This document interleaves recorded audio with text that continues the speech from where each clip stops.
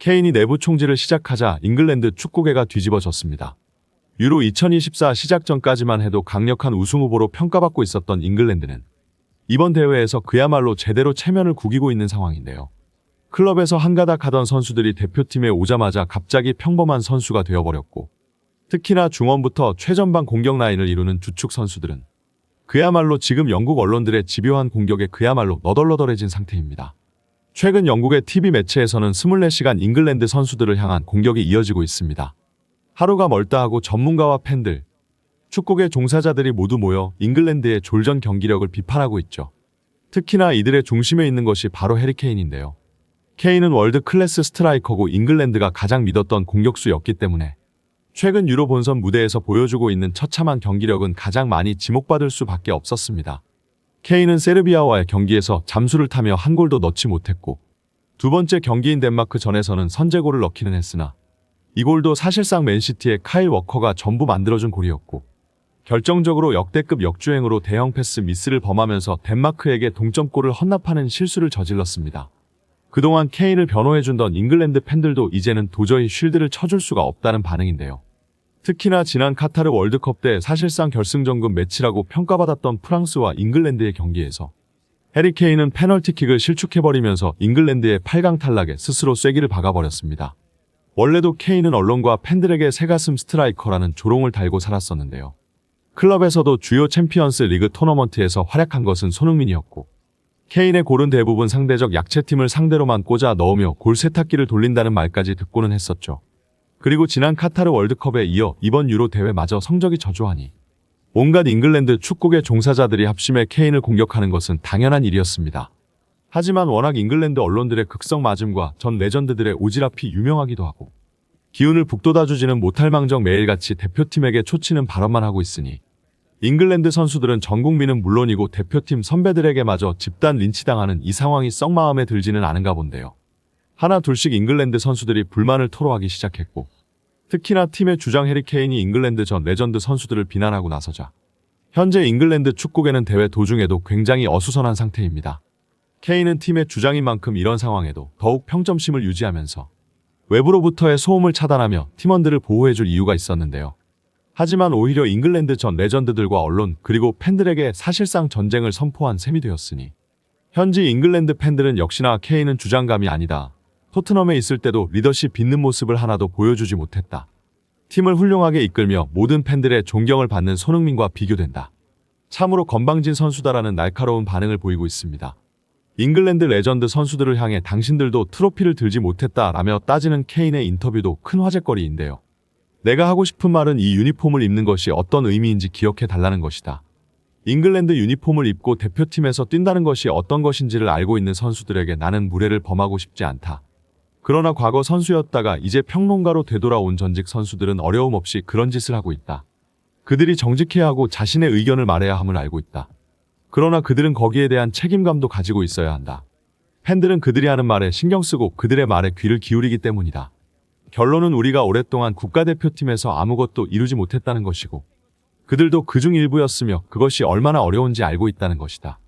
케인은 사실상 대표팀에서 업적을 이루어내지 못한 잉글랜드 전 대표팀 선수들을 향해 당신들도 결국 트로피를 들지 못한 건 마찬가지이지 않았느냐 하고 저격을 한 것인데요. 케인의 공개 적격 인터뷰가 나오자 잉글랜드 팬들의 반응은 갈리기 시작했습니다.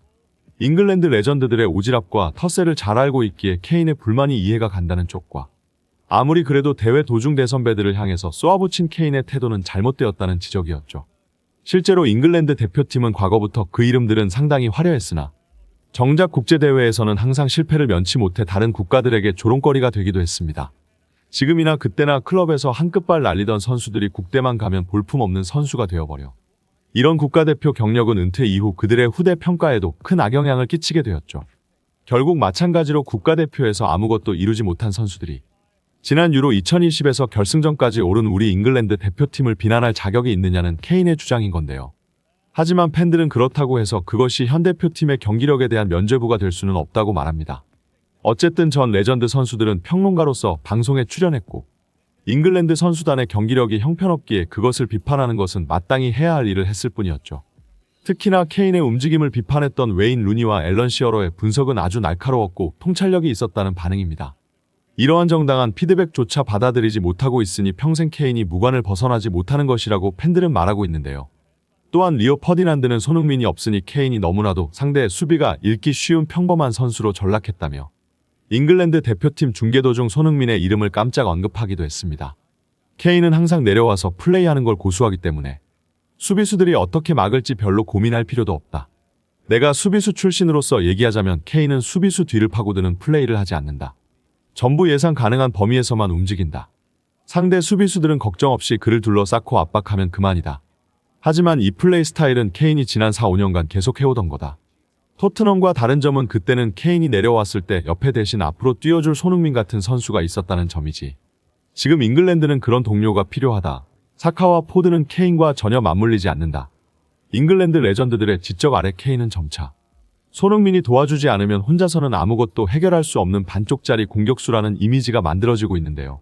실제로 이것이 아주 틀린 얘기라고는 할 수가 없을 겁니다.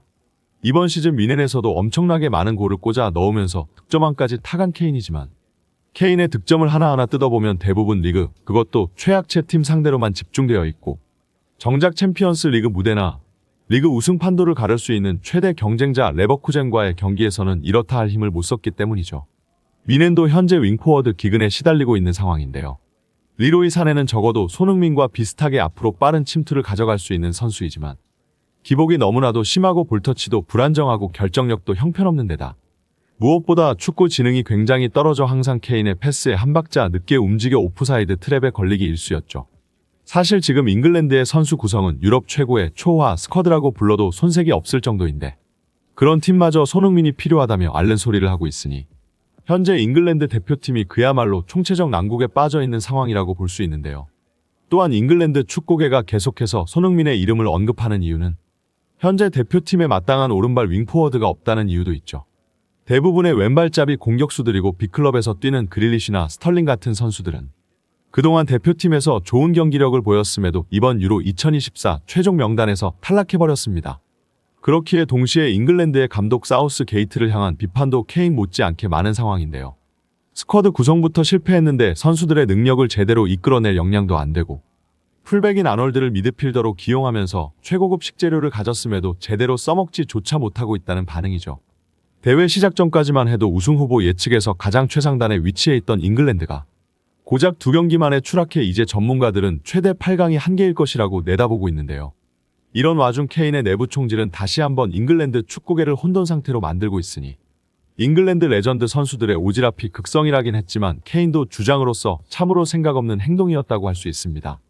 결국 이번 대회마저 다시 한번 케인의 무관 기록이 이어질 것 같은데요. 손흥민 선수는 아직도 토트넘 같은 클럽에 남아있다는 변명이라도 할 수 있지. 케인은 미넨과 잉글랜드에서도 여전히 본인의 실수로 트로피를 걷어 차버리고 있으니 그야말로 무관 귀신이라는 저주스러운 별명이 딱 맞는 상황이라고 볼 수 있네요. 이번 영상은 여기까지입니다. 구독과 좋아요는 사랑입니다.